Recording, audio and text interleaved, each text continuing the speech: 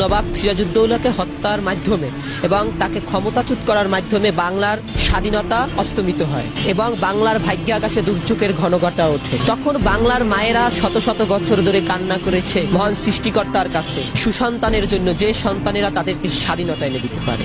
তাদের ভিতর অন্যতম ছিল মৌলানা আব্দুল হামিদ খান ভাসানী, বঙ্গবন্ধু শেখ মুজিবুর রহমান, হোসেন শহীদ সোহরাওয়ার্দী, শের বাংলাকে ফজলুল হক, সেক্টর কমান্ডার, পরবর্তীতে যিনি রাষ্ট্রপতি হলেন জিয়াউর রহমান। দেশের প্রতি যারা ভালোবাসছেন, দেশের জন্য যারা আত্মত্যাগ করে গিয়েছেন, দেশের প্রতি যারা শ্রম দিয়ে গিয়েছেন, তাদের কথা ভুলে গেলে চলবে না। আজকে দেখুন, বঙ্গবন্ধু শেখ মুজিবুর রহমান 1971 সালের 7ই মার্চ যে তার একটি কালজয়ী ভাষণ দিয়েছেন, সেই ভাষণের মাধ্যমে সমগ্র জাতিকে একটা গণতন্ত্রকামী এবং একটা সাহসী জাতিতে রূপান্তর করেছিল এবং সমগ্র জাতি কিন্তু সেদিন বাঁশের লাঠিকে সমরাস্ত্রে রূপান্তরিত করেছিল। সেদিন যেই লোকটা নৌকা বাইছিল, সেই লোকটা বৈঠাকে সমরাস্ত্রে রূপান্তরিত করেছিল শুধু একটি কালজয়ী ভাষণে।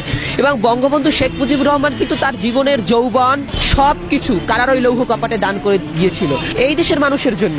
আজকে সবচেয়ে দুঃখের বিষয় হচ্ছে বঙ্গবন্ধুকে নিয়ে কটু কথা বলা হয়। আজকে জাতি কতটা ক্লান্তি লগ্নে পতিত হয়েছে, যে জাতি স্বাধীনতা সার্বভৌমত্বের জন্য যুগে যুগে কারারই লৌহ কপাটে জীবন দিয়েছে, যৌবন দিয়েছে, কেঁদেছে, তারপর সেই আম্রকাননের পলাশির প্রান্তরে পরাজিত হয়েছে, তারপর আবার 200 বছর পর স্বাধীনতা পেয়েছে। যেই সকল লোকগুলোর জন্য সেই সকল লোকদেরকে অপমান করে আজকে সেই সকল লোকদের এই মাটিতে বসে আজকে তাদেরকে কটু কথা বলছে। ছি, এগুলো আসলেই লজ্জা।